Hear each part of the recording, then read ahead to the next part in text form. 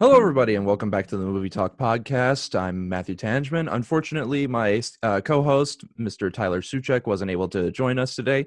However, we do have a very special guest here on today's podcast, Mr. John Fearnley, aka the Unusual Suspect. How's it going? Thank you for having me.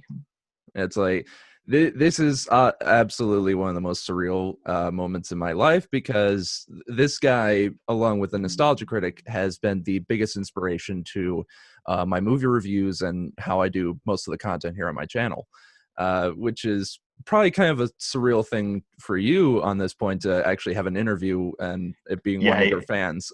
yeah. This is a first for me. I've never done anything like this, but it sounded like fun, so here I am, and yeah, Yeah. And ready to go. speaking of the Nostalgia Critic, hold on, let me actually grab the photo here.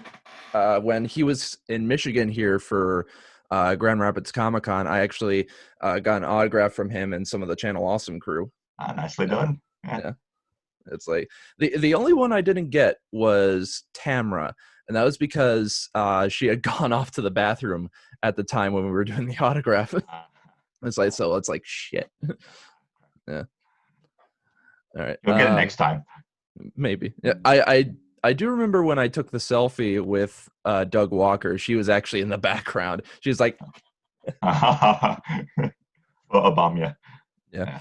Yeah. Anyway, before we get started in this small interview that we're doing here with Ross, let's get into some recent film and television news. Not a whole lot going on.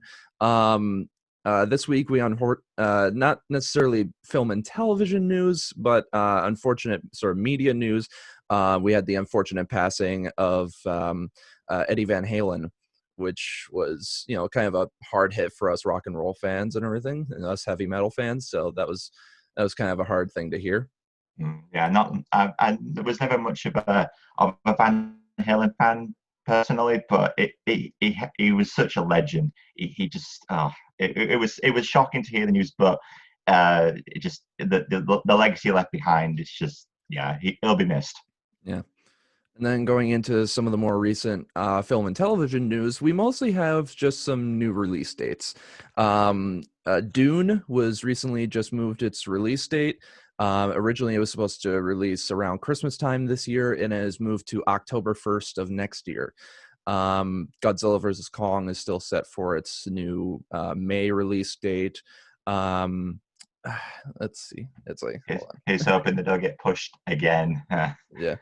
Um, Speaking of which, have you seen the trailer to Dune? Denis I have Villeneuve's Dune? I Yeah, have, yes. It looks pretty stunning visually, at yeah. least, because that's Villeneuve for you. However you pronounce that guy's last name. Yeah. But yeah, I've never actually seen the original Dune. I don't really know much about it, honestly. It's just one of those classic films I just never got around to. I've heard like lots of mixed reactions about the first one. I don't know if it's supposed to be good or not. Yeah, it's I'll say this, while I haven't seen it, I've seen scenes from it, and it's definitely Dune, but it's also very definitely David Lynch. Mm. Like Oh, well, so it was Lynch that directed the first one. yes, Oh, right. Okay. Didn't know he that. he Yeah. directed the original from 1984, Mm. and it's one of those things where you look at it and you see the elements of it, and it's definitely Dune for most of it, and it's incredible how much he was able to cram into that small runtime Mm. that it had. But oh man, is it a mess. uh, uh, I'll have to add it to my watch list and come up with my own thoughts. It sounds like an interesting film to talk about, at least. Yeah. yeah. Um, let's see. Wonder Woman 1984 moved its release date recently. In fact, there were rumors for a little while here in the last week or so that it was going to be moving to HBO Max. Oh. But Patty Jenkins, the director, came forward and said it's like that's not even an option on the table. It's like we're moving to theaters. HBO Max is where the Justice League thing is going to be. Correct. Okay, The right. Yeah. Justice League Snyder Cut, which for that release, they're releasing it in 4 parts, with each part being at least an hour long. Mm. Yeah. Oof. So um, sounds like a fair amount of bathroom breaks in that one. yeah. Let's see. Yeah. Wonder Woman 1984 is still set for its Christmas release date. Free Guy, which is the new Ryan Reynolds sort of video game movie, Mm. that's set for December 11th. Let's see what else. Soul, the new Disney Pixar film, is going to be releasing this Christmas. However, it is releasing to Disney Plus. Ah, However, unlike Mulan, which was for like $30, it is going to be releasing for free for I believe either a short amount of time, or if it's just releasing for free in general. I'm not complaining. It's a new Disney Pixar movie. yeah, definitely, yeah. Yeah. I mean, it's surreal for me personally hearing about all these movies going straight to home because I mean, you saw that video I made. It was a few years back about the top 25 things I hate about movie theaters. Yeah, yeah. Yeah, yeah. And I'm not a big fan of movie theaters, so to have movies go straight to home release, I'm very very scared of saying this, but I'm happy about that. And I know mhm. that's an awful thing to say because it's crippling the movie industry, isn't it? Because they Yeah, need that movie ticket um, uh, profit, otherwise the films become unsustainable to make. But exactly. Yeah. but there is a plus side to it for me at least. Yeah. I mean, for me, like I love movie theaters. I mean, it's kind of like what Chris Stuckman said. It's almost like going to church for him. Yeah. And for me, anyway, it's like when movie theaters shut down here in Michigan, and actually they just opened up yesterday, All and right. I went to see Tenet yesterday, the new Christopher Nolan film. Hmm. And it's a good film and everything, but if you aren't paying attention for like every minute and every word, you're going to be lost. And it's the advantage of watching it at home. If you miss something, you could just Pause rewind it. and well, Yeah. yeah, watch it again. Yeah, Yeah. yeah.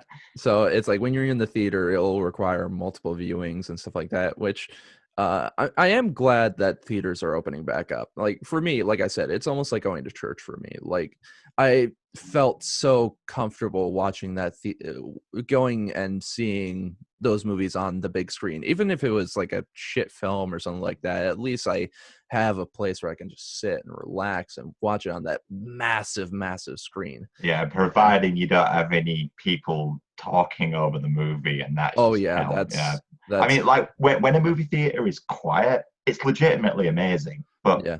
90%, I don't know if it's like that in where you are, but like I here, mean, it's it that's the depends. worst. I've only ever ran into someone talking in the theater once, and What? Oh, I'm and moving where you are. welcome to Michigan. We're glad to have you. Although you might be a little bit objective to the cold, Uh, especially from November into March. well, I'm from the north of England, so it's not the warmest place on earth here, but yeah, it's okay. Yeah, well, I'm also hoping that you're not adverse to like well, depending on the year, maybe somewhere between 3 inches to about 2 feet of snow. That's colder than here, yeah. Because what was crazy about last year is that usually we get snow at least like a week or so. Absolutely zero snow last year. Nothing, absolutely nothing, and I never remember that happening. Yeah, So yeah, it was like global warming for you or something. But yeah, yeah, I mean the summers here are getting kind of unbearable actually, and you wouldn't think that in the north of England of all places, but yeah, I don't know. It's because I'm pasty white and I can't have anything above 20 degrees, otherwise I'm melting, and yeah, I'm very picky when it comes to weather. yeah. I'm kind of the same way. I mean, Yeah. I don't mind the cold, but it's when it's affecting the roads that I'm just like, no, no. Yeah, yeah. Yeah. The French Dispatch, which is Wes Anderson's new movie, currently has a possible July 2020 release date. However, it doesn't have an exact release date that is set for it yet. Uh, uh, Ghostbusters Afterlife, set for March 5th, 2021. Let's see. And then there isn't a oh yeah, and most recently they announced that Jurassic World Dominion, the third Jurassic World film, has moved its release date to June 2022 release date, and currently filming is delayed because I think a couple of crew members tested positive for COVID-19. he's hoping them a speedy recovery. Indeed. And anyway, going from that, let's get started off with the interview. Now, I've actually said it in the email. I had 3 questions to first start off with that I wanted to keep as a surprise. Firstly, Okay. and I will do the buzz numbering system for these first 3. How fitting. Yeah. Well, firstly, A, why does the floor move? 2, uh, shit, what was the second one? Oh yeah, do French babes shave their pits? And D, why can't we have some meat? You got the t-shirt ass. Did you buy that or did you get that made? I had it made, but I bought the shirt and everything. So See, yeah, good yeah, shit. I'm gonna have to get one of those. Yeah. I'll send you a link to the custom ink thing I did. So Okay, so why does the floor move? One too many death sticks. yeah, French babes shave their pits. There's still a mystery. And the last one, why can't we have some meat? Mystery as well. But too many vegetarians. too many orc vegetarians. We ain't had Yeah, nothing but maggie bread for 3 stinking days. rocks are on strike. Yeah. Yeah. Uruk's on strike. Anyway, so let's get into the actual full-on interview here. So anyway, first question for you so far. What do you think is the best video you've made so far in your YouTube career, whether it be one of your reviews, one of your trailer mashups, or just recently with your new But I'm In It series with the recent Harry Potter But I'm In It? Mm. Oh, I've been making videos for 7 years this now. yeah, actually a bit longer because like I had channels before that aren't up on YouTube anymore. Yeah, Uh, old, terrible videos. I know how Uh, that is. Yeah. but please do not watch them. But in terms of the videos that I've made, it's oh, I gotta made so many. I think maybe I did make I remember a Lord of the Rings trailer I made once in style of Suicide Squad. I do That remember that that. Yeah. that one I was quite proud of. That one went to I think it got over 1 million hits. It went to the front page of Reddit, which was crazy, and it got. I think some of the cast members as well saw it as well. Like Dominic Monaghan plays Merry in the movie. He tweeted about it, and I when it comes to the trailer mashups, I enjoy doing the ones where I time it to the music. Yeah. So it's like in the Suicide Squad trailer uses Bohemian Rhapsody, and Mhm. then how I was able to sort of time that to the beat of that song, like Aragorn striking Lurtz, the Urukai that he faces at the end Yeah, of and the then first chops off movie. his head and everything. Yeah, yeah, to the beat. That was quite popular. I was quite proud of that one. Yeah.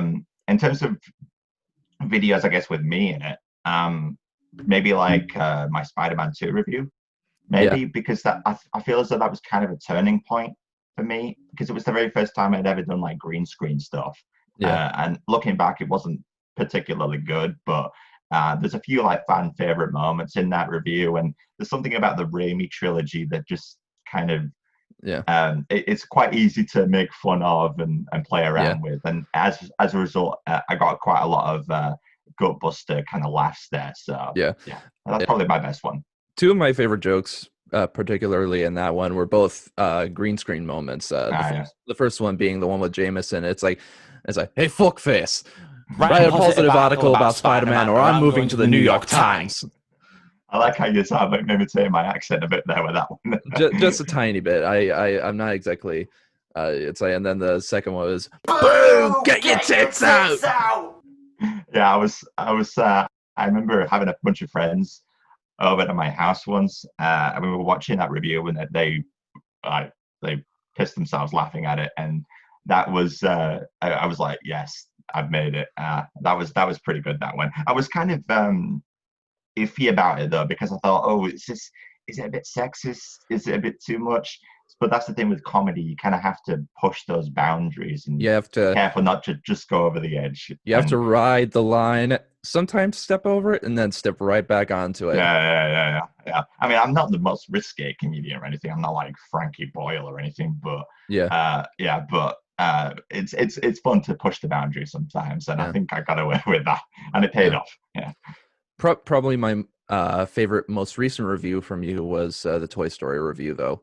Like Mm. that, I, I was this close to literally pissing myself laughing at some of the jokes in there. Hell, my dad, who's not even the biggest fan of, say, like the Nostalgia Critic. In fact, he hates some of his videos. Mm. But it's like I showed him some of your reviews, and I have never seen him laugh harder at some of them, especially the Toy Story review. Like I heard him like almost wheezing. He was laughing so hard. That one was interesting because it was kind of. Have you ever heard of YouTube poops? Yes, I have. Yeah, Yes, yeah. It was. that's old school YouTube right there. Yeah, yeah. I'm sort of like I bring elements of that in there, like putting Michael Rosen's face over Woody with the Yeah, nice bit, nice. and So play nice.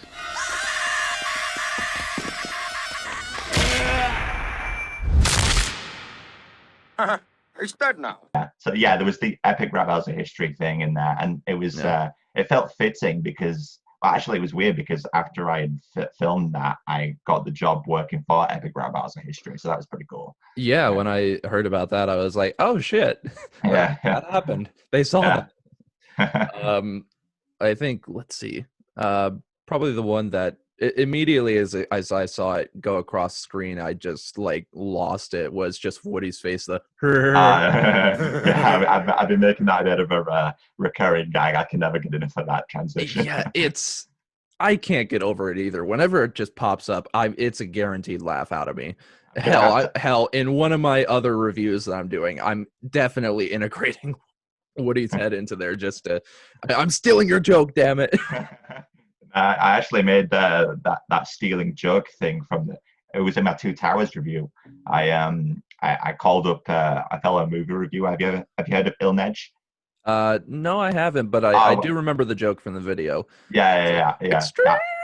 Yeah. Still the joke from that. Yeah, I'll have to upload the green screen of that Woody transitions and then put it Yeah, out there because I did that with the with the hello yeah, bit. with Yeah, the and hello. I had a whole bunch of different people submitting. The response was much bigger than I thought. I thought maybe like one or two people Yeah, might have done it, but like upwards of 20 people all made their own little edits. And it was fun just to see what people were doing with it. yeah.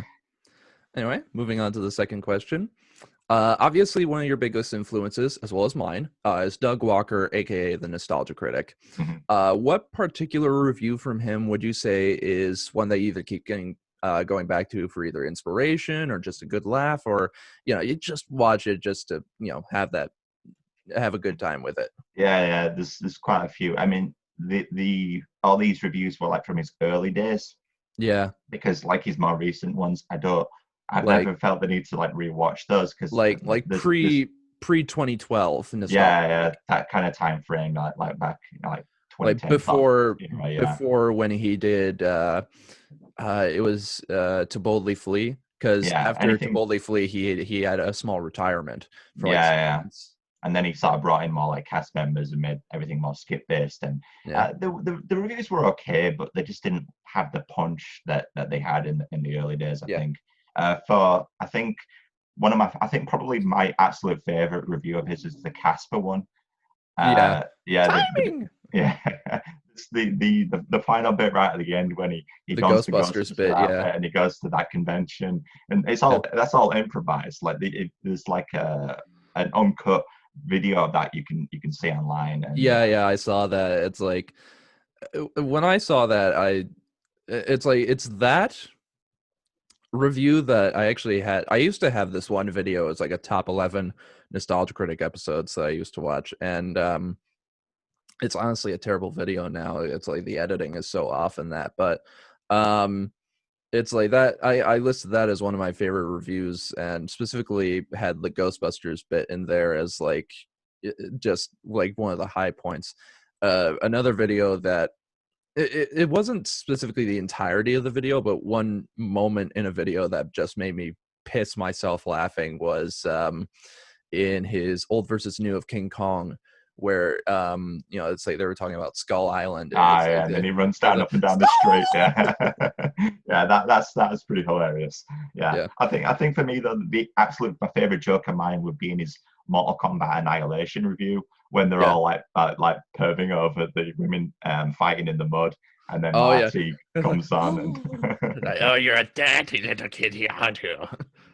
this, I watched that and I'm like, I cannot believe they were able to keep a straight face when filming that. It must have taken them like a million takes to get it right, but Yeah. it was worth it because it's downright, I think, the funniest moment of NC. And Yeah. I pray one day that he can get back to that level of hilarity, because there's just he's done nothing like that lately. I mean, his videos are still okay, but I don't get as excited about them as much as I used to. And that's also kind of affected my video output as well, because when I watch a really funny Nostalgia Critic episode, I feel kind of compelled to get back to making something on myself. But when I watch something that's kind of just meh, I'm like, I'm not going to bother myself. Like, I need that sort of feeling of that sort of adrenaline boost almost. Yeah. It's like, God, now I need to make something. Shit. Exactly. Yeah. It's like I actually remember the very first Nostalgia Critic video I ever watched. It was his review of Alien Resurrection. It's like that. It's like it was that, and then right after that I watched, it was the second animated Titanic movie, The Legend of the Titanic or something like that, with the Heineken, with the giant fucking Heineken bottle. Or no, it wasn't Heineken. It was Jägermeister. Jägermeister, yeah. It was that massive Jägermeister bottle they brought on the fucking Chinooks and everything. It's like that. I quite literally pissed myself laughing. And it's crazy with these early reviews, because I remember that joke when the helicopters bring it in. Yeah.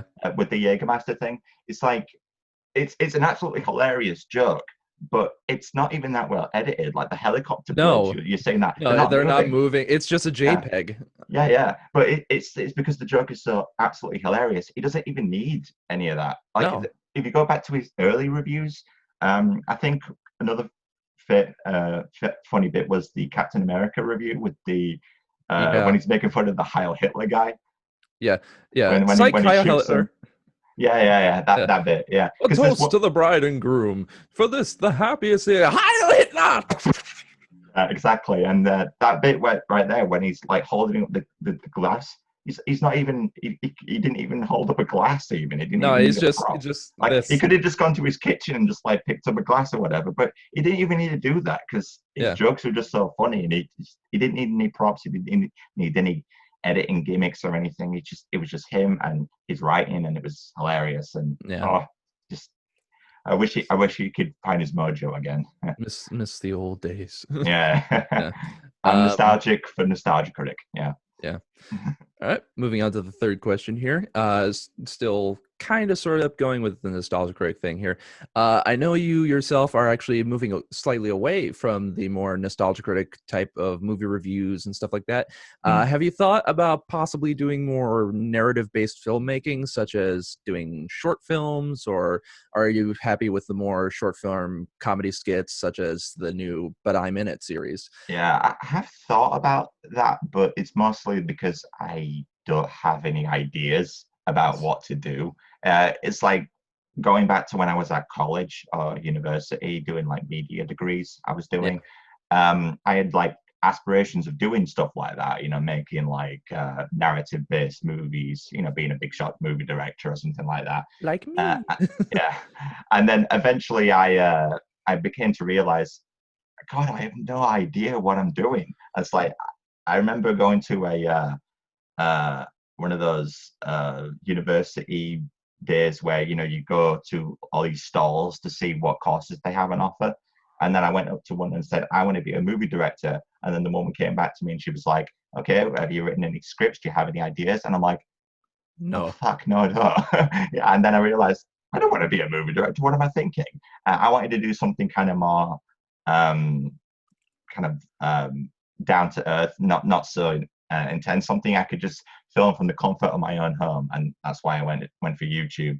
And in terms of like doing more narrative stuff on YouTube, maybe I need that. I need ideas, because with me stopping the movie reviews, I do need more ideas about what to do. Something that's kind of shorter and punchier and Yeah, more direct. Something that, I mean, would also be nice to get more views as well.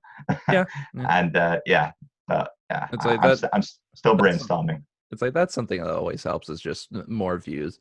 Yeah, Um, yeah.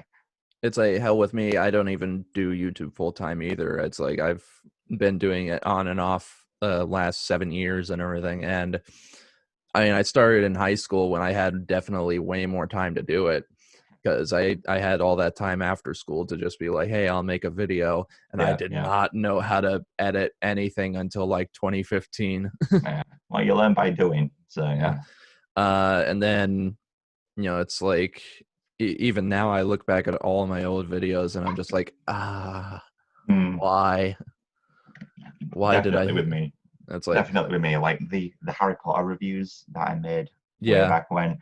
Please do not watch them. Please do. I've honestly been thinking about making them unlisted, but I figured I'd get a lot of comments from people saying, "Hey, what happened to them? I want to watch them." And I'm yeah. like, "No, you don't. You don't want to watch them. They're awful." I I marathoned them like Oh, maybe last year. oh, you're. Yeah, because at What were that you thinking? well, it's because I was also doing a marathon of the actual Harry Potter films, and Yeah, I just kind of wanted to be like, yeah, let's see that. And then some of the jokes in there, like obviously, it's not as high quality as it is sort of nowadays and everything, but yeah. there are still some jokes in there that get a good laugh out of me. Yeah. Well, more by luck than by management, as my mum always says. Yeah, Yeah, I had no idea what I was doing back then, but I was learning. I was getting better, and I think like you'll agree that the if you watch the Philosopher's Stone review and then you go watch my Toy Story review, for yeah, example, it's night night and and day. day. Yeah, yeah. Yeah. All right. It's like I'll skip the one question and then come back to it where it was like a tea or coffee, and then we're kind of obvious, both getting coffee here. I'm out. Son of a bitch, I still have like half a cup. Uh, it's like anyway, going back to the one question. In your now 7 years of doing YouTube, specifically with this channel, Mhm. um, you literally just the other day passed 250,000 subscribers. Uh-huh. For you, what's the one thing you're hoping that the audience would sort of get out of your videos, whether it be, give them a good smile or have them have a good time when they're having a bad day? What are your main hopes that people get out of these videos? Just that, just what you said. Yeah, it's um I try to go for comedy a lot in my videos, and to hear the response, like earlier when you were talking about the Toy Story review and how funny was your father, did you say Yeah, that watched it? Yeah, to hear that was like that's the best feeling in the world. To hear stories like that is pretty spectacular. And sometimes you get like messages from people saying that they were going through a bad day, and then they say, "Hey, I watched some of your reviews and I felt better." That's like mind blowing. Like that, my videos can do that for people, and it's the most humbling thing ever. So yeah, to yeah, hear that is just amazing. Yeah, I love that. yeah. Anyway, moving on to the next one. With the still ongoing pandemic, Hmm. how has that affected sort of say your workflow, or how has it affected your life in general over these last several months? Yeah, it's several months, like it's nearing a year now, isn't it? Oh, Yeah, I mean, it's like since the whole pandemic really uh kicked started off and in about everything, March. Yeah, but I about mean, like March, the it's first like cases in China were in like November, were they? So but yeah, yeah, we are about approaching a year now. Oh my God, when's it gonna end? And although to be fair, somewhere approximately when the next political candidates get into office or when they don't, who knows? yeah. Well, for me personally, it's actually I've been one of the lucky ones, because it hasn't affected my life all that much because I work from home, you see, and Yeah, ergo I didn't have. I mean, obviously, I'm not able to go out and mingle with friends and all that. yeah, Recently, I had my birthday, and cases are on the rise again in the UK, and I couldn't yeah, go to a restaurant or anything, so and I couldn't yeah, hang out with my friends, and yeah, that yeah, sucked. But again, in terms of like work life, it's been okay. I think maybe with the ERB thing, it's been affected because I don't quite know if I know the guys are working on a new battle for the Trump Biden election. They're Yeah. working on a new rap battle for that.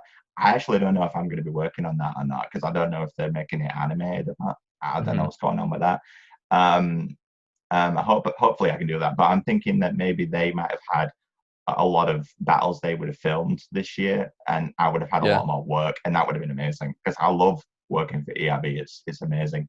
And I also had a different editing gig, working for a different YouTube channel, but I had to quit that because the pandemic hit, and as such, their ad revenue dropped, and then they try to mitigate that by cutting the salaries of their editors, and I didn't agree with that, and I decided to leave. But it did leave a bit more time for YouTube, and it has enabled me. I mean, my video upload schedule is still horrendous because I can never decide what it is I want to do. Currently, I'm working on a video for another But I'm in It series video. Which I was actually going to ask what that one was going to be. It's like I'm actually like, I've got something to show you. Actually, bear with me. It's like, now I'm excited. It's loud. It's like, bear with me. There we go. Okay, that's friggin' What's awesome. next? God, that looks good in the webcam, doesn't it? Yeah. Hold on. Let me get my Darth Nihilus saber here. Nicely done. Yeah, it's lightsaber webcam battle. Man, that looks pretty cool. That. Yeah. Where'd you get that one from? Etsy. Oh, actually, same here. I got this on Etsy as well. Yeah. It's like I did a Darth Nihilus cosplay that I was going to do for Comic-Con, and it's like, and obviously Comic-Con got canceled and everything, but it's like, I would have actually gone to my first convention myself actually this year because there's one in Newcastle upon Tyne, and I would have loved to have gone to that and cosplayed for the first time because I'd never done that myself. Maybe even meet some fans as well because I've only ever been recognized once in public before, and it would have been great to meet more people in person. Yeah, it's like for me, it's like I've been doing Comic-Con now for like 5 years, and I've been cosplaying for a few of those years. I've done Agent 47 from the Hitman series. Did you shave the head? Yeah, I shaved my head for that one. I did it was John Constantine from it's like from specifically the DC comics. So I bleached my hair from that one. After that, did you go for the Keanu Reeves version or the? No, I went for the comic book version. There was a recent TV show, wasn't there? With I forgot what his name is now.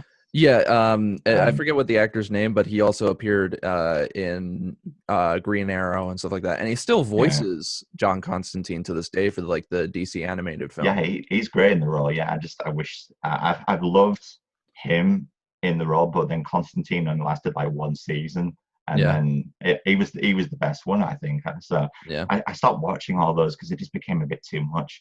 Do you still watch the Arrowverse? I haven't watched Arrow at all. Right, okay. It's like I haven't really gotten into any of the CW shows actually. I started watching it, but they kept releasing show after show after show. They did Arrow, The Flash, Supergirl, Legends of Tomorrow, Black Lightning, and I'm like, oh my god, now they're doing so much. Now they're doing a new sort of Superman and Lois show and everything. So it's too much. I mean, for movies, superhero movies, it's okay because they only release like 3 or 4 a year. But when you've got like 20 plus season-long episodes and there's like 5 shows going on at the same time, it's like, how does anyone have the time? I don't get it. I mean, I was kind of interested when they did the Crisis on Infinite Earths storyline that kind of wove its way throughout the shows. But at that same time, I was only watching it for literally that. And the one episode I was looking for in particular was when Kevin Conroy made a cameo as in live action as an older Bruce Wayne. I think I must have missed that. Yeah, that might be worth watching. But shit, I've forgotten where I was leaving off. Oh yeah, and then other cosplays I've done was after John Constantine, I did Indiana Jones. Mhm. After that, I did another one. It was young Han Solo from Solo Star Wars Story, and then Yeah. just this year it was going to be Darth Nihilus, but shit happens. Interesting for you to portray the young Solo. That's an interesting choice. Yeah, Because that young Solo movie with Alden Alden Henrik, what Alden Ehrenreich. Yeah, Ehrenreich, yeah, that's the one. yeah, It left a bit. It didn't leave much of an impact, did it? But and yeah. I It's was annoyed by that currently. because I actually quite liked it. I would have loved to have seen a sequel. Yeah, Uh, I think it's actually pretty well done. There's a couple things that kind of hindered it. One, it was only released like 5 months after The Last Jedi, mm, and people were still like half of the fan base was still really bitter after that, um, which was kind of disconcerting for me because I mean it's not that I'm not used to seeing the fan base bitter. I mean I grew up during the prequel era. yeah, It's like hell, we both grew up during the prequel era. very, Uh, very true. it's like, and I mean, I like those movies, but it's in the sense of I like them because I grew up with them, Mm, and I have a nostalgic feeling for them because I specifically with episode 2 and 3, I saw those in the theater mm, with my dad. Because I mean, hell, my dad, he's been seeing them since episode 4 came out, since the original Star Wars came out. Hell, I mm. even have the Harmy despecialized editions on Blu-ray. All right. It's like I'm like a massive Star Wars nerd. Hell, I have Star Wars tattoos. I have a fucking Rebel Alliance wallet. It's And you like got I've the got lightsaber. lightsabers. I've got like 4 or 5 of them. Wow. I've got posters of the original trilogy over See here. I've Baby got, Yoda on the right. Yeah. yeah, yeah. I got this guy over here. Yeah, it's like, which I'm absolutely hyped as hell for Mandalorian season 2. Me too. Yeah. It's Yeah, man. The thing with Star Wars is that in terms of the Star Wars movies on the silver screen, it's been kind of meh lately. yeah. But Well, television has but been like television booming. and video games as well, like Star Wars Jedi Fallen Order, Yeah, amazing. yeah. Like It's like, on the small screen, Star Wars is killing it. yeah, So it's like a yeah, Fallen Order right there. yeah, And then, speaking of Star Wars, I also have the Star Wars Shakespeare books. Shakespeare books.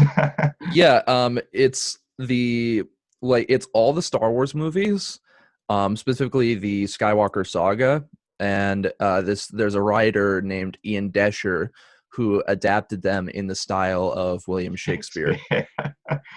And in 2015, 2016, there was actually there was a panel that Ian McDiarmid did Mm. where it was I'm trying to remember the actor who played Obi-Wan in the Clone Wars. Oh, jeez. It's like Yeah, he was yeah. hosting the panel and he actually pulled out The Jedi Doth Return, Huh.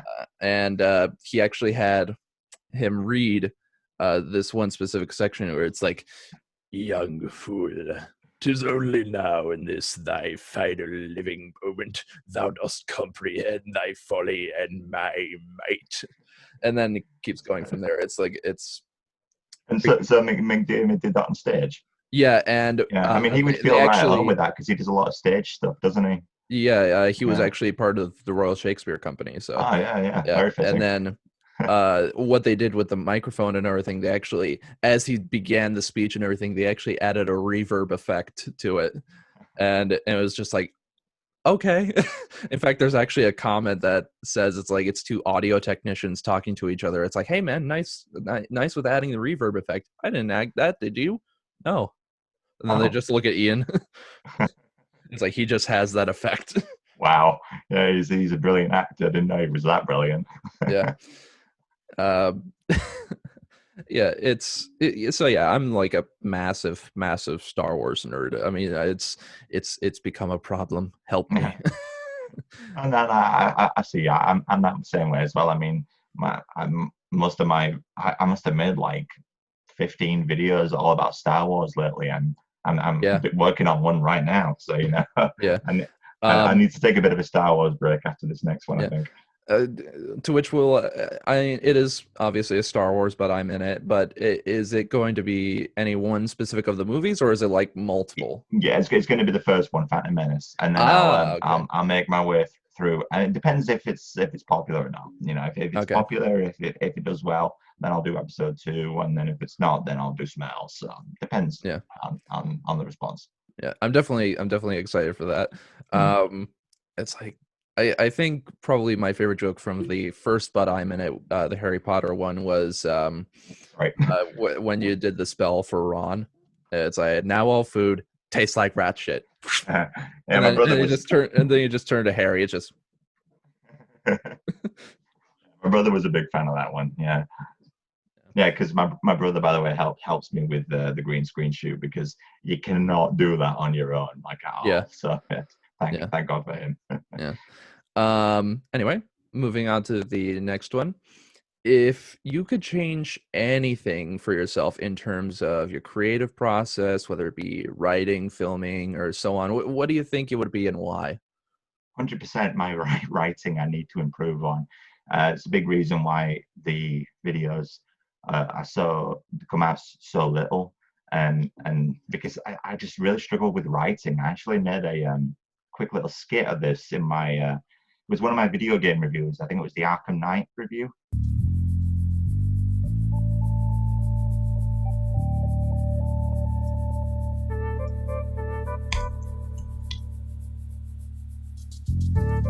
Nah, nah, nah, nah.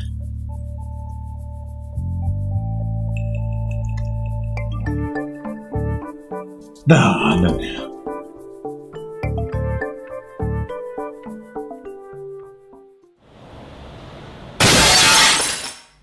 It's been bad. It's Yeah, always the same, like beginning. I mean, you should know because you write reviews as well. I mean, do yeah, you find that yeah. difficult I on the mean, writing phase? in the writing, it all depends really on it depends on the movie, Mm, and it depends on whether at the current moment it's actually depending on whether or not if I'm co-writing with my buddy Tyler or not. Because some of the more recent reviews I've been doing, I've either have been helped out by Tyler or he's been co-writing or something like that.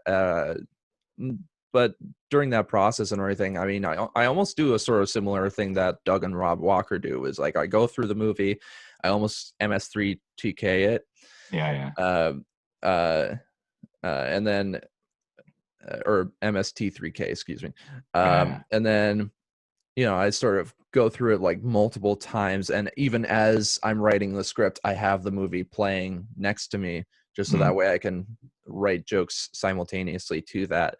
And sometimes it is a complete pain in the ass, and other on a couple of reviews it actually went by like that, and it was Yeah, yeah. surprising to me. Same with me with with the Harry Potter the But I'm in it video that I made. Yeah, I was quite surprised with myself how easy the jokes were to write. I was flicking them out like really pretty good. But the Star Wars one that I just worked on, that was considerably more difficult. And I don't know if that's yeah, going to make the video more difficult. But yeah, what I think what I need is a co-writer, that someone to sort of bounce ideas off of. Yeah. I volunteer as tribute. Yeah, I'll have to send you some scripts and see what you think. Yeah, Yeah, but yeah, it's tough like doing it on your own. But you know, it after a while, like it does, because the difficult thing with when you're writing jokes is that it's kind of difficult to figure out if your own jokes are funny or not. Because yeah, when you know the punchline, it's like I'm not. I don't know if this is funny or not. Is it funny? And usually yeah, I get my brother to watch it, and usually he helps out. And yeah, I do like the deleted scenes videos as well, yeah, where I cut out bits. And sometimes the deleted scenes are actually the funniest jokes. yeah, And I didn't realize at the time, like that, like the Spider-Man 3 bit, I did a deleted scene bit where I did like an "I Will Rock You" by Queen reference, yeah, and that actually was one of the favorite jokes from people. And I thought that was really contrived and stupid, but people loved it. So yeah. again, it's tricky. Yeah. Hell, I think there was actually a deleted scene from your Iron Man review where you had a Palpatine bit, I think. It was do it. or something like that, if I remember correctly. Yeah, it's like I saw that I think it was on Patreon. I saw that or something. But it's like I saw that, I'm like, why didn't he keep that in? Again, it's really hard to tell. Yeah. So, and sometimes some jokes I leave in and they're terrible, and I see the response. I'm like, oh, I wish I cut that out. Yeah. It's always a gamble. Even for me, whenever I write jokes and that, I mean, most of the jokes I do are mostly based from the editing. It's like writing out the jokes and everything. I mean, I can do it, but most of my jokes and how it proceeds from that is mostly through the timing of the editing, and how like certain clips will come in or something like that. And I don't know. That's just the way I do some of the certain stuff, and it's for me. I think it can be pretty funny sometimes. Like, for example, in my Bram Stoker's Dracula review, it's like as the carriage is going up there, it's like we see the carriage going up to Castle Dracula, and I start playing from Monty Python and the Holy Grail. It's just starts playing the music from when they're going up to Camelot. It's just da, da, da, da, da, da, da. And it's like, and then it cuts to them, and it's like it's only a model. I used that clip actually in one of my reviews, I think. I've used that too many times. Yeah, in the Return of the King review, yeah, when they approached Minas Tirith, yeah, I think I remember using that. Yeah, Minas Tirith. It's only a model. And so sometimes with my reviews, because it's the tricky situation when you have an international audience. Sometimes you can make a reference and people just like, what's that? I don't get that. Yeah, because I'm British and I've referenced like a whole bunch of British stuff, and then Americans will probably will have a clue. Like I actually, in my last Airbender review, you probably saw this. I made a reference to Bottom, specifically the live bit where it's like, bastard, bastard, bastard, stupid, stupid bastard. I'm assuming you found out about Bottom through me. Yeah, I did. And specifically that clip, it was from your Spider-Man 3 review, I believe it was. You stupid, stupid bastard! You stupid, stupid bastard! Stupid bastard ass! You stupid ass! Bollock bastard! Nipple wank turd! Yeah. And then also the song, that song, it's like, I take a look at my enormous penis. I found out about that song from you. It's like, I was like, how did I not hear about this earlier?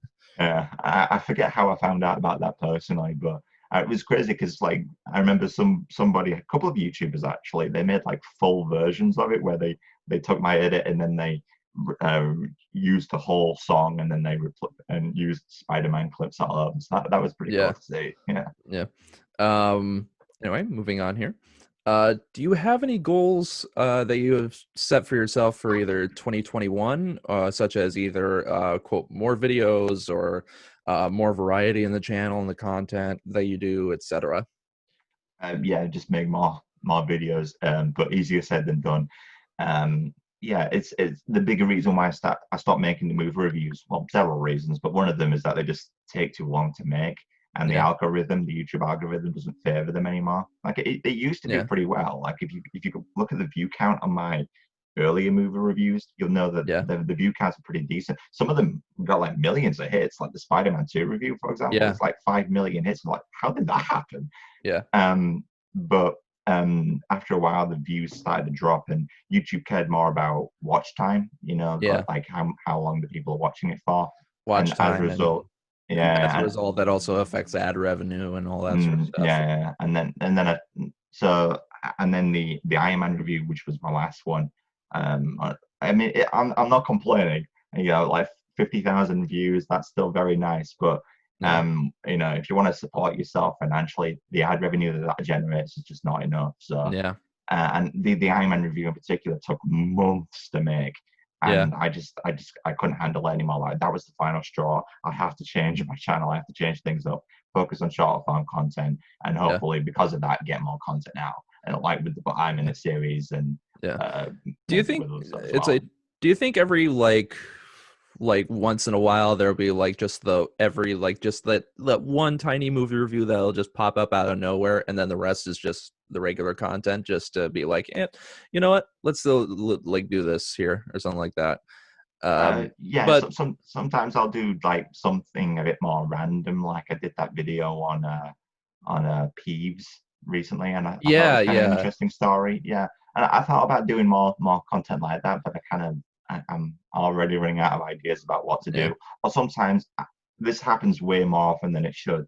I'll begin writing a script, and then I'll completely second guess myself about what it is. I mean, I wanted to make a video about Pokemon Go recently, for yeah. example, and the script for that is completely fully written. It's ready to go, but I'm looking back on it and I'm like, I don't think this is very interesting. So That's a I've shelved it, and I spent like uh, several days writing it, and then all that work's gone to waste. So I'll have I'm to terrible for that. I'll have to take a look at that, because it's I like mean, it's not a funny video. It's just more of like an just an analysis editorial. of Yeah, about how it like all happened. Like for me, yeah, when Pokemon Go first happened, I tried it for like a day, and then I wasn't interested in it anymore. okay, I like Pokemon, but I most of my exposure to Pokemon and everything was the anime. mm. It's like, and then of course that theme song that is literally the catchiest theme song in the goddamn world, and whenever you play it at any convention, literally everyone will Everyone start will, singing. yeah. I mean, I'm still playing Pokemon Go. Like I've been playing it ever since 2016. I've got it literally right on here. That was the last thing I was doing before this interview began, because there's Yeah, this Meowth quest going on right now. yeah, it's like Uh, my buddy Tyler, who I co-write with. It's like we've been buddies since college. He's still playing Pokemon Go and everything. So okay. Yeah, I'll have to send in my friend code, maybe get some trades. Well, problem is that the remote trades are a thing. Like I'm friends with a lot of Americans, but I yeah, can't trade with any of them. Yeah, so that yeah. sucks. Yeah. Yeah, I mean, he's like a big, like not only a Pokemon nut, but he's a huge like kaiju nut. Like Oh yeah. he's massive into like Godzilla and Gamera, and just all that sort of stuff. In fact, Mm, he actually gave me a poster. It was uh, Godzilla. Shit, what was it? Oh yeah, Godzilla, Mothra, Ghidorah, giant monsters all out attack. And mm, that the poster for that is fucking gorgeous. mm. Yeah, it's like it just pops up here in the video. It's just Uh, oh. But yeah, it's anyway. Moving on from that. I sort of asked this earlier in the video, but it's like, what are some of the current projects that you are working on and or are about to release? Like something that's either coming soon or something that is still in the works. Exclusive. Yeah. Exclusive. Yeah, so that Star Wars, but I'm in it video. Yeah, I'm currently working on. I've recently got finished playing The Last of Us Part 2. yeah. Been I've thinking about actually. reviewing that, but the thing is Yeah. that the annoying thing about reviewing a game after everyone else has done it is that everything that's been said about it has already been said, and then Yeah. as a result, you can't think of anything to say about it.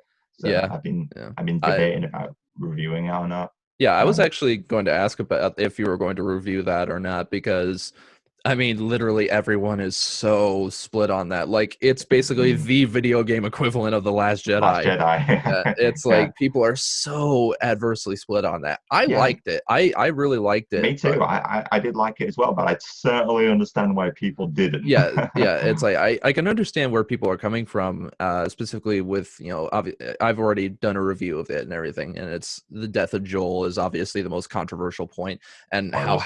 how half of the game is Abby, the person who killed Joel, Mm. and it's like I can understand people's reactions and everything, and how that split them and everything, but honestly, I think it worked pretty well for the overall story. Yeah, the whole thing it depends on how you feel about Abby and whether or not it it's not so much like if you can forgive what she did, but it's more about like If you can understanding it sympathize, from her it's like if you understanding can it from her understand it perspective. from Yeah, her perspective, and yeah, obviously the fact of her dad being killed by Joel and all that sort of stuff, which yeah. when they revealed that, I'm like, okay, I can at least understand this, and Mm. I did grow some sort of sympathy for her, but at that same time I'm like, you still killed Joel. Yeah, I mean, I was a fan of the game still, but I didn't forgive what she did. But Yeah. it was sort of comparing what she did to Ellie, and then Yeah. you see all the shit that Ellie does in the game, and Yeah. like how she brutally fucks everyone up as well. It's like Yeah. I don't think she's any better. So as a Yeah. result, you kind of like, well, I It's like Ellie, but I'm kind of biased because I spent the last game with her. yeah. I spend a bit more time with Abby, maybe. Yeah. It's this world. Mm, It's the way that they've chosen to portray these characters and everything, mm, and it's the world around them that sort of affects a lot of their actions. And in that world, you can understand a lot of their actions for the reasonings that they give and everything. And it's one of those things where I see it and I'm like, okay, I completely understand the perspective that they're coming from when they're doing that. I mean, both of them are on a revenge quest. At the very beginning, it's Abby, and then we follow Ellie through that. And then uh, the one thing that they actually said from the first game, it's like the first game is about love. It's about growing to love one another and stuff like that, and sort of a father daughter relationship that forms between Joel and Ellie. And the second one is about hatred and mm. how that can affect someone and how it affects their judgment and all that sort of stuff.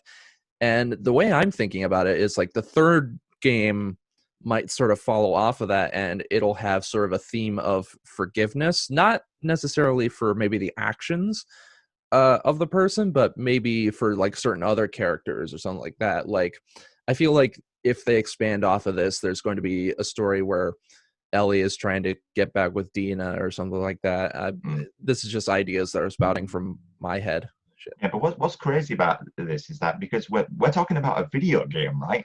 Yeah, We're talking about this just a story, like it's a video game. What about the actual game? It's yeah, that's what no one seems to talk about the actual game. And yeah. as a game, As a it's game, it's great. fantastic, Yeah, and yeah. it's like the elements that are from the previous game have just been refined and absolutely tightened up to the best possible version that they could probably be, at least with this console's hardware. And I mean, it just looks gorgeous. It's amazing. Yeah, like Yeah. I'm like, when did the PS4 come out? The Like, PS4 came out in 2013. So jeez, this is man. Yeah, because I remember like seven-year-old console. that's crazy because the first Last of Us came out in the last year of the PS3's life cycle, and Yeah, Last of Us Part Two has come out in the last year of the PS4's life cycle, yeah, and so these games are like completely pushing their hardware limits, and it's yeah, amazing that we can get like if this is what the PS4 looks like I can only imagine what the PS5 will be able to do. yeah. It's Yeah, like 60 it FPS, 8K. Whew. yeah. It's like I looked at it and I was just like, damn. Just the immediate first shot of the game when they're doing the motion capture cutscenes and everything. The immediate reaction was, damn, that looks Yeah. good. I mean, Uh, the mission for me that stood out graphically is the bit when there is quite far into the end of the game. You're playing as Abby, and you're going through the yeah. village, and it's on fire, and Yeah, that you're on horseback, and you're riding through that. Holy! I was like, oh my god, this looks so good. It's definitely worth playing alone. it's Like, wonderful. regardless of whether you think the story is crap or not. Personally, I Yeah. thought it was good, but even if you think it's crap, still play the game because Yeah, as a game, it's cracking. as a technical achievement, it's astounding. Mm, And what they were able to pull off with the system's hardware and everything is nothing short of almost a miracle, because apparently there was a huge crunch to like the very, very end of development. And what Naughty Dog was able to pull off here was it's like we have to acknowledge it. What happened here was a miracle.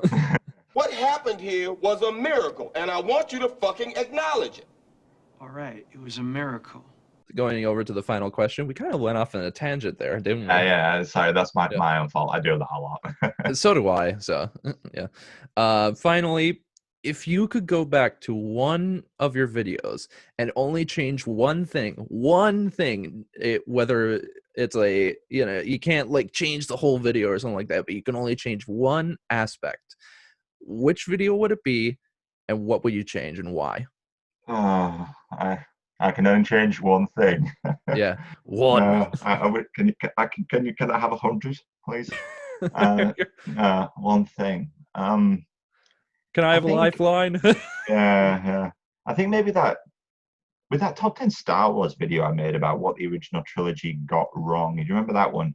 Yeah, that was actually one of my first videos I watched from you. Yeah, it It's was like crazy because that video did like very well. Like it's it did over 6 million hits. it did incredibly well. Yeah, and Like I I remember it was on recommended for like the longest time, and then I think one element I would change from that would maybe be the Bechtel test a bit. that was what I was going to mention. Yeah, that was what I was going to mention. Yeah, because I brought it up simply because I thought it was interesting. I just found out about it. I thought it was kind of interesting, so I decided to mention it. What I didn't realize at the time was how much the internet has vilified it, and I Yeah, guess rightfully so, because it's not it's a bit silly, I guess. yeah. But I Uh, brought it up so because I thought it was interesting, and people just fucking hated me for it.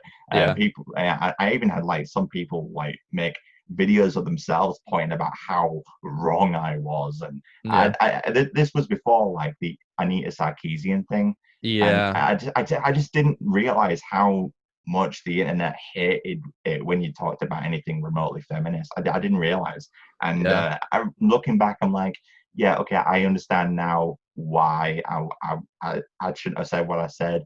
But at the same time, I also didn't. I also think that the overreaction was a little strong. But that's the internet for you, I yeah, guess. But if I could go back in time, I would definitely not mention it at all. yeah. In fact, I actually remember in your Revenge of the Sith review at the very beginning, it's like when you're doing the whole Life of Brian bit, Yeah. it's like, what have the prequels ever done for us? They passed the Bechdel test. Oh, Oh, shut up. exactly. That's exactly why I brought it up, because I totally regretted what I said, and I'm like, I've done a complete 180 on it. Yeah, so that was a throwback to that. So yeah, glad you connected the dots there. Yeah, I Yeah, didn't know if people got that reference, but yeah, it's yeah, good to know. yeah. It's man, it's like going back and watching some of your older videos and everything, and specifically where I started off from them was obviously, that video with the top 10 Star Wars original trilogy stuff, and then from there I went with the Lord of the Rings series. And I actually remember when your Return of the King video came out, and then I saw how long it was. I'm like, all right, I better get some popcorn. uh it's like, and for the longest time that was actually my favorite review from you. Recently it changed to Toy Story, because even to this day I know all the jokes that are coming up, and I still laugh Mm. at them. Like, they are so, like some of the jokes just hit me hard, because like I find them just so incredibly funny. And it's I attribute that to you, sir, because you are an amazing talent. I used a lot of different editing techniques with the Toy Story when like the bit when I got the Etch a Sketch to give Woody the finger. Yeah, And it's like, that took a while, and also the bit when I got the spell guy to tell yeah, Woody to go fuck yourself. that took so long. I had to like animate those texts going by frame, and I had to motion track it, and it Yeah, took forever, but it was worth it. So yeah, it's like, but yeah. Anyway, so that was the interview with Ross John Fearnley, aka the Unusual Suspect. It has been an immense pleasure being able to actually get to talk to you. And again, this was one of the most surreal moments of my life, getting to talk to one of the people who has inspired my work. And it's like, I wish you the best of luck in all the content that you do in the coming months, coming years. And I'm just incredibly excited to see what you do next, man. yeah, thank you very much for having me. Yeah, this was fun. Yeah, but let me know if you want me to come on again, and I'll gladly do it again. Yeah, it was fun talking with you. Yeah, Thank you. it's like interview part 2. Yeah, coming coming soon. Yeah. coming soon to Blu-ray and DVD. All right. So that was the video, and I will see you all in the next one. You have a good one.